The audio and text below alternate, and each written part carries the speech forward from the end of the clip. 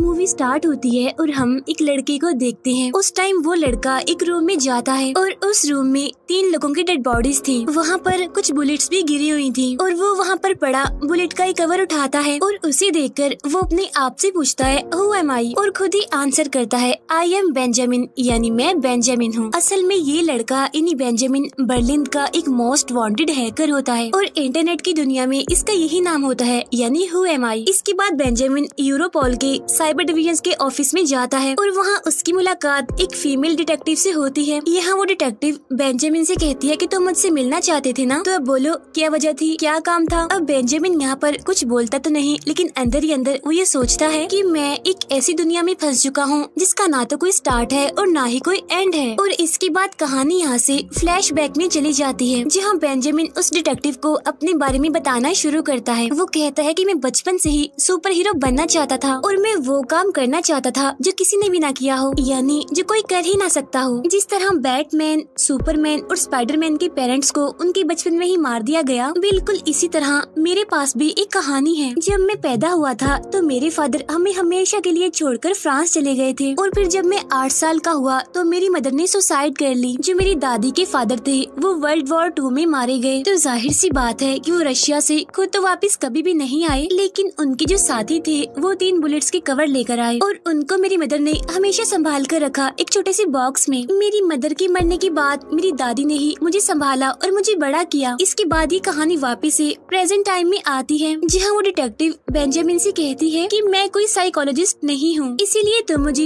ये सारी बातें क्यों बता रही हो। तुम बस मुझे मिस्टर एक्स और फ्रेंड्स ग्रुप के बारे में बताओ। असल में मिस्टर एक्स एक ग्रुप जिसका नाम फ्रेंड्स ग्रुप था उसका मेंबर है और ये ग्रुप रशिया का सबसे फेमस हैकिंग ग्रुप है और इस ग्रुप में टोटल 4 मेंबर्स हैं। और जो मिस्टर एक्स है वो डार्क नेट की दुनिया का सबसे बड़ा हैकर है, लेकिन मिस्टर एक्स के बारे में कोई भी कुछ नहीं जानता, यहाँ तक कि किसी ने उसे देखा भी नहीं कभी। अब यहाँ पर सवाल उठता है कि आखिर ये डार्क नेट है क्या। असल में डार्क नेट इंटरनेट की वो दुनिया है जहाँ पर हर किस्म का बुरा काम होता है। यहाँ पर कोई भी किसी को भी ट्रैक नहीं कर सकता। इसके बाद बेंजामिन उस डिटेक्टिव से कहता है अगर आप मिस्टर एक्स को पकड़ना चाहती हैं तो मेरी बातों को गौर से सुनना होगा। वो बताता है कि मैंने 14 साल की उम्र में कंप्यूटर चलाना शुरू कर दिया, जहाँ पर मैंने फर्स्ट टाइम किसी सिस्टम को हैक किया और मुझे इंटरनेट की इस दुनिया का पता चला, यानी डार्क नेट का, जहाँ पहली बार मुझे एहसास हुआ कि मैं किसी काम में जीनियस हूँ। जहाँ एक तरफ पूरी दुनिया इंटरनेट पर अपना टाइम वेस्ट कर रही थी, वहीं दूसरी तरफ इंटरनेट की वो दुनिया जिसे डार्क नेट कहा जाता है, मैं वहाँ पर अपनी अलग ही पहचान बना रहा था। मैं दिन रात कंप्यूटर पर बैठा काम करता रहता था। अब वैसे तो यहाँ पर यानी इस दुनिया में बहुत सारे हैकर्स हैं, लेकिन जो मेरा फेवरेट था,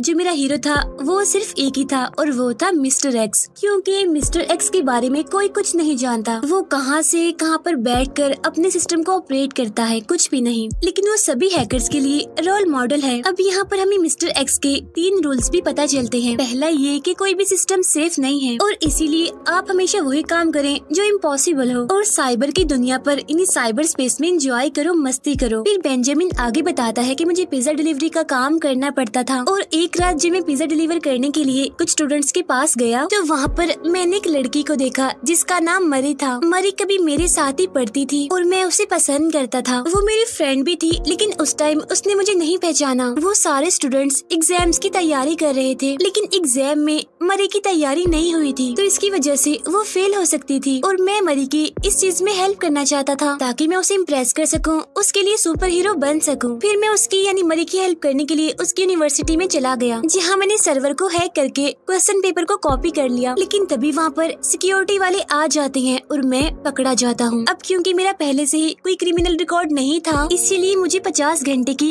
कम्युनिटी सर्विस की सजा सुनाई जाती है, जिसके लिए बेंजामिन को पूरे शहर की सफाई करनी थी। फिर बेंजामिन जब सफाई कर रहा होता है तो उसकी मुलाकात एक आदमी से होती है और उसको भी सेम बेंजामिन वाली ही सजा मिली होती है। यहाँ पर ये आदमी अपना नाम बताता है कि मेरा नाम मैक्स है। यहाँ पर वो बेंजामिन से पूछता है कि आखिर तुमने क्या किया जो तुम्हें ये सजा मिली। तब बेंजामिन बताता है कि मैंने एक यूनिवर्सिटी के सर्वर को हैक किया है। अब इससे वो आदमी मैक्स बेंजामिन से इम्प्रेस होता है। फिर मैक्स उसे शाम को अपने घर में होने वाली पार्टी में इनवाइट करता है और उस पार्टी में वो लड़की मरी भी थी, यानी जो बेंजामिन की फ्रेंड थी और बेंजामिन उसे बचपन से ही पसंद करता था। लेकिन यहाँ पर तो वो बेंजामिन को पहचानते ही नहीं और वो बेंजामिन से कहती है कि तुम तो वही हो ना, पिज्जा डिलीवरी वाले। यहाँ पर वो आदमी मैक्स बेंजामिन को अपने 2 फ्रेंड से मिलवाता है और ये दोनों भी बेंजामिन की तरह हैकर्स ही थे, तो जाहिर सी बात है कि मैक्स भी एक हैकर ही था। यहाँ पर मैक्स का एक फ्रेंड बेंजामिन से कहता है कि मैक्स ने हमें बताया है कि तुम कंप्यूटर लैंग्वेज में और हैकिंग में काफी एक्सपर्ट हो, तो चलो आओ ये साबित करके दिखाओ। अब बेंजामिन सिस्टम पर बैठ जाता है और थोड़ी ही देर में पूरे शहर की लाइट्स ऑफ कर देता है। लेकिन तभी वहाँ पर पुलिस आ जाती है क्योंकि पार्टी में बहुत शोर था, क्योंकि वहाँ पर बहुत सारे लोग आए थे। अब पुलिस के आ जाने की वजह से वो सारे लोग वहाँ से भागने लगते हैं। अब मैक्स और उसके फ्रेंड्स तो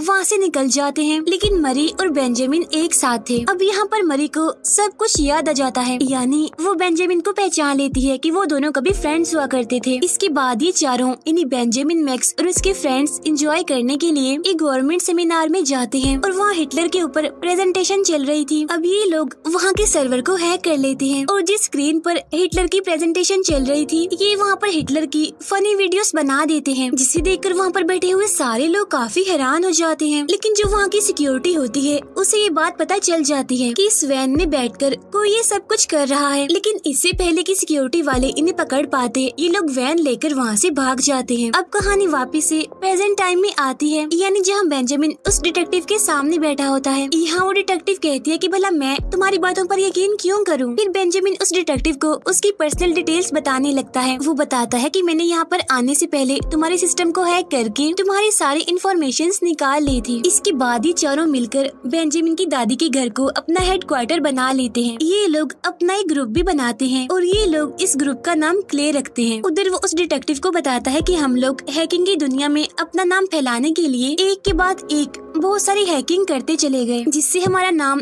सोशल मीडिया पर बहुत ज्यादा फैलने लगा। इन्हें हमारे ग्रुप का नाम और टीवी पर भी हमारे ग्रुप की न्यूज आने लगी, यानी क्ले ग्रुप अब वर्ल्ड वाइड होने लगा था। अब ये लोग अपने ग्रुप यानी क्ले ग्रुप के बारे में मिस्टर एक्स की राय जानना चाहते हैं, क्योंकि वो तो दुनिया का सबसे बड़ा हैकर है, साथ साथ वो इनका रोल मॉडल भी है। फिर जब इंटरनेट पर मिस्टर एक्स से क्ले ग्रुप के बारे में पूछा जाता है तो वो कहता है, कौन क्ले ग्रुप, मैं इसके बारे में कुछ नहीं जानता। अब इस बात से मैक्स काफी डिसअपॉइंटेड हो जाता है, लेकिन फिर भी ये रुकते नहीं और हार नहीं मानते और एक के बाद एक बहुत सारी हैकिंग्स करते चले जाते हैं। और फिर एक दिन इन्हें मिस्टर एक्स का मैसेज आता है, जो गवर्नमेंट एजेंसी की एक सीक्रेट फाइल होती है, जिसमें साइबर क्राइम कमीशन में मिस्टर एक्स ने रिपोर्ट की होती है, जिसमें वो कहता है कि क्ले ग्रुप कोई बड़ा ग्रुप नहीं है, यानी ये बिल्कुल भी हार्मफुल नहीं है। और यहाँ पर मिस्टर एक्स उनका मजाक उड़ाता है और कहता है कि ये लोग तो बच्चे हैं, इन्हें हैकिंग के बारे में कुछ नहीं पता। अब इस बात से चारों काफी परेशान हो जाते हैं, तो इसीलिए यहाँ पर बेंजामिन कहता है कि अब हमें कुछ बड़ा करके दिखाना चाहिए, हमें जर्मन सेंटर इंटेलिजेंस की बिल्डिंग को हैक करना चाहिए। असल में इस बिल्डिंग को बहुत सारे हैकर्स ने हैक करने की कोशिश की होती है, लेकिन आज तक कोई भी इस काम में कामयाब नहीं हुआ है और अब इसीलिए ये चारों इस काम के लिए एग्री हो जाते हैं। और नेक्स्ट डे ये उस जगह पर जाते हैं जहाँ पर बिल्डिंग का कचरा फेंका जाता है और वहाँ ढूंढने पर इन्हें कुछ फाइल्स मिल जाती हैं और इन फाइल्स में बहुत सारे ईमेल आईडीज होती हैं। ये उन ईमेल्स पर मैसेज करके सिक्योरिटी कोड हासिल कर लेते हैं और इस तरह से वो जर्मन सेंटर इंटेलिजेंस की बिल्डिंग में घुस जाते हैं, जहाँ बेंजामिन इनके सर्वर को हैक करके सारा डाटा कॉपी कर लेता है। साथ साथ ये वहाँ पर मौजूद सारे प्रिंटर्स को भी हैक कर लेते हैं, इसीलिए उन सभी प्रिंटर्स में से एक ही प्रिंट निकलता है जिस पर इनका लोगो बना हुआ था और एक लाइन लिखी हुई थी, Clay was here, no system is safe. अब बिल्डिंग को हैक करने के बाद ये सभी पार्टी कर रहे होते हैं, जहाँ बेंजामिन दिखता है कि मैक्स और मरी एक साथ हैं। अब ये देखकर बेंजामिन को काफी बुरा फील होता है, क्योंकि वो तो मरी को पसंद करता है, इसीलिए वो नाराज होकर वहाँ से चला जाता है और इसीलिए वो बिल्डिंग का चुराया हुआ सारा डाटा मिस्टर एक्स को सेंड कर देता है। नेक्स्ट डे बेंजामिन के साथी उससे मिलने आते हैं, जहाँ पर बेंजामिन मरी वाली बात पर मैक्स से लड़ने लगता है। लेकिन तभी टीवी पर न्यूज आती है कि कल रात जर्मन सेंटर इंटेलिजेंस के अंदर कुछ हैकर्स ने सीक्रेट फाइल्स को चुरा लिया है और साथ साथ उन्होंने एक आदमी को भी मार दिया है और ये आदमी फ्रेंड्स ग्रुप का मेंबर भी था और जर्मन सेंटर इंटेलिजेंस के लिए काम भी करता था और फ्रेंड्स ग्रुप की सारी इन्फॉर्मेशन उस डिटेक्टिव को भी दिया करता था। असल में बेंजामिन ने जो फाइल्स मिस्टर एक्स को सेंड की थी, उससे मिस्टर एक्स को ये बात पता चल गई कि ये आदमी इन जो फ्रेंड ग्रुप का मेंबर है, असल में ये एक एजेंट है, इसीलिए वो फ्रेंड्स ग्रुप की सारी इन्फॉर्मेशन डिटेक्टिव को दिया करता था। इसीलिए मिस्टर एक्स ने उसका मर्डर कर दिया और साथ साथ उन फाइल्स को भी वहीं पर छोड़ दिया, ताकि मर्डर ग्रुप का सारा इल्जाम क्ले ग्रुप पर लग जाए। हालांकि मर्डर तो मिस्टर एक्स ने करवाया था। अब इस बात से बेंजामिन के तीनों दोस्त काफी हैरान होते हैं, क्योंकि वो तो इस बारे में कुछ नहीं जानते थे कि ये मर्डर किसने किया, क्यों किया और कैसे किया। इसीलिए वो बेंजामिन पर शक करते हुए उस पर चिल्लाते हैं। वो कहते हैं कि हमने भला क्या डिसाइड किया था कि हम सिर्फ कीओर प्रिंटर्स को ही हैक करेंगे, लेकिन देखो तुमने क्या किया, सब गड़बड़ कर दी और देखना अब हम सब फंसेंगे। तो बेंजामिन कहते हैं कि ये मैंने सिर्फ अपने लिए नहीं किया बल्कि तुम सबके लिए किया है, ताकि हैकिंग की दुनिया में हमारा नाम हो सके। तो बेंजामिन कहते हैं कि अगर हमें बचना है तो हमें मिस्टर एक्स का पता लगवाना होगा, हमें जानना होगा कि उस चेहरे के पीछे असली चेहरा किसका है, क्योंकि मर्डर हमने नहीं मिस्टर एक्स ने किया है। अब खुद को बेकसूर साबित करने के लिए बेंजामिन मिस्टर एक्स से कांटेक्ट करता है, जिसके लिए इन लोगों को पब्लिक नेटवर्क का यूज करना पड़ता है। यहाँ पर बेंजामिन मिस्टर एक्स से कहता है कि जो डाटा मैंने तुम्हें सेंड किया था, तुमने उस डाटा को रशियंस को बेच दिया, इसीलिए गवर्नमेंट ने फ्रेंड्स ग्रुप और क्ले ग्रुप को टेररिस्ट ग्रुप कह दिया है। हम ये जानते हैं कि तुम फ्रेंड्स ग्रुप के मेंबर हो और अब हम भी इस ग्रुप को ज्वाइन करना चाहते हैं। अब यहाँ पर हम एक बात जान पाते हैं कि मिस्टर एक्स असल में यूरोपोल पर अपना कंट्रोल हासिल करना चाहता है। यूरोपोल असल में एक एजेंसी है और इसके बारे में मैंने आपको मूवी के स्टार्ट में भी बताया था। यहाँ पर मिस्टर एक्स बेंजामिन को एक चॉइस देता है और कहता है कि अगर तुम हमारे ग्रुप को ज्वाइन करना चाहते हो तो तुम्हें यूरोपोल के सिस्टम में एक ट्रोजन इंस्टॉल करना होगा। ट्रोजन असल में एक वायरस है और इसे हॉर्स प्रोग्राम भी कहा जाता है और ये अपने असली कंटेंट को छुपाता है ताकि यूजर को बेवकूफ बनाया जा सके कि ये फाइल हार्मफुल नहीं है और ये लकड़ी से बने छोटे से घोड़े के जरिए काम करता है। लेकिन इतनी ही देर में वहाँ पर पुलिस आ जाती है, लेकिन इससे पहले कि पुलिस उसे पकड़ पाती बेंजामिन वहाँ से भाग जाता है। फिर ये लोग यूरोपोल के अंदर घुसने की कोशिश करते हैं, यानी जहाँ पर इन्हें उसी वायरस यानी ट्रोजन को इंस्टॉल करना है। इस कोशिश के दौरान मैक्स के हाथ पर चोट लग जाती है, लेकिन तभी वहाँ पर बेंजामिन को विजिटिंग पास मिल जाता है और तब बेंजामिन उसे उठाकर पहन लेता है और वो गार्ड से कहता है कि अंदर मेरा वॉलेट रह गया है, मुझे उसकी जरूरत है, इसीलिए मुझे उसे ढूंढना होगा। अब बेंजामिन अंदर जाता है और उस सिस्टम में ट्रोजन इंस्टॉल करके यूरोपोल के सर्वर पर अपना कंट्रोल हासिल कर लेता है। नेक्स्ट डे बेंजामिन वो ट्रोजन मिस्टर एक्स को देता है, लेकिन बेंजामिन ने इस ट्रोजन के अंदर एक और ट्रोजन लगा दिया होता है, जिसे मिस्टर एक्स जैसे ही उस सिस्टम में एंटर करेगा तो दूसरे ट्रोजन से पता चल जाएगा कि मिस्टर एक्स आखिर है कौन, वो कैसा दिखता है और वो कहां से अपने सिस्टम को ऑपरेट करता है। लेकिन अनलकीली मिस्टर एक्स को इस बारे में पता चल जाता है, इसीलिए वो इस ट्रोजन को एक्सेप्ट नहीं करता और फिर वो बेंजामिन की वेब कैम से उसकी पिक्चर बनाकर इंटरनेट पर अपलोड कर देता है। लेकिन तभी वहाँ पर रशियन माफियाज आ जाते हैं और ये वही रशियंस होते हैं जिन्हें मिस्टर एक्स ने वो डाटा सेल किया होता है और अब ये लोग बेंजामिन को मारना चाहते हैं। अब बेंजामिन वहाँ से भागता है और भागकर उसी होटल में जाता है जहाँ पर उसके तीनों फ्रेंड्स उसका इंतजार कर रहे हैं। लेकिन बेंजामिन जब होटल के रूम में जाता है तो देखता है कि उसके तीनों फ्रेंड्स तो मारे गए हैं। अब ये वही सीन है जिसे हमने मूवी के स्टार्ट में भी देखा था, यानी जहाँ पर बेंजामिन खुद से पूछ रहा था हु एम आई, और अब कहानी यहाँ से प्रेजेंट टाइम में वापस आती है, यानी जहाँ पर बेंजामिन उस डिटेक्टिव को अपनी कहानी सुना रहा था। यहाँ प्रेजेंट में बेंजामिन उस डिटेक्टिव से कहता है कि मैं किसी भी कीमत पर मिस्टर एक्स को दुनिया के सामने लाना चाहता हूँ, क्योंकि उसने मेरे सारे फ्रेंड्स को मार दिया है और अब वो मुझे भी मारना चाहता है। तो वो डिटेक्टिव उसे कहती है कि ठीक है, लेकिन तुम ये सब कुछ कैसे करोगे? तब बेंजामिन कहता है कि मैं मिस्टर एक्स के वीक पॉइंट पर अटैक करूंगा, यानी मैं मिस्टर एक्स के प्राउड को तोड़ दूंगा, लेकिन उसके लिए आपको मुझे विटनेस प्रोटेक्शन प्रोग्राम में रखना होगा। तो इस बात पर वो डिटेक्टिव उसकी बात मान लेती है, जहाँ पर बेंजामिन मिस्टर एक्स के प्राउड को तोड़ने के लिए डार्क नेट में ये फैला देता है कि मिस्टर एक्स गवर्नमेंट के लिए काम करता है, इसीलिए उसने उस एजेंट को मरवाया है, यानी जो फ्रेंड्स ग्रुप का मेंबर भी था और जर्मन सेंटर इंटेलिजेंस के लिए काम भी करता था, और ये डार्क नेट के लोगों की आइडेंटिटी रशियन को बेचता है। अब इस बात से मिस्टर एक्स को काफी गुस्सा आ जाता है और वो काफी हैरान होता है, इसीलिए वो पता करने की कोशिश करता है कि आखिर ये सब कुछ कौन कर रहा है। और अब यहाँ डार्क नेट की दुनिया में बेंजामिन खुद मिस्टर एक्स बन जाता है और सबको कहता है हेलो, मैं मिस्टर एक्स हूँ। अब इस बात से असली मिस्टर एक्स पूरी तरह से पागल हो जाता है और वो उस जगह पर आना चाहता है जहाँ पर बेंजामिन सबको ये कह रहा होता है कि मैं ही मिस्टर एक्स हूँ, लेकिन असली मिस्टर एक्स वहाँ पर नहीं आ पा रहा होता क्योंकि बेंजामिन ने वहाँ पर सिक्योरिटी लगाई होती है और सिक्योरिटी की वजह से वहाँ पर वो कभी भी नहीं आ सकता। अब इस बात से मिस्टर एक्स को बहुत गुस्सा आता है, इसीलिए वो अपनी सिक्योरिटी को तोड़कर बेंजामिन के पास पहुंचता है और यहाँ आकर वो बेंजामिन की नकाब को हटाने की कोशिश करता है, लेकिन वो ऐसा नहीं कर पाता। लेकिन तभी बेंजामिन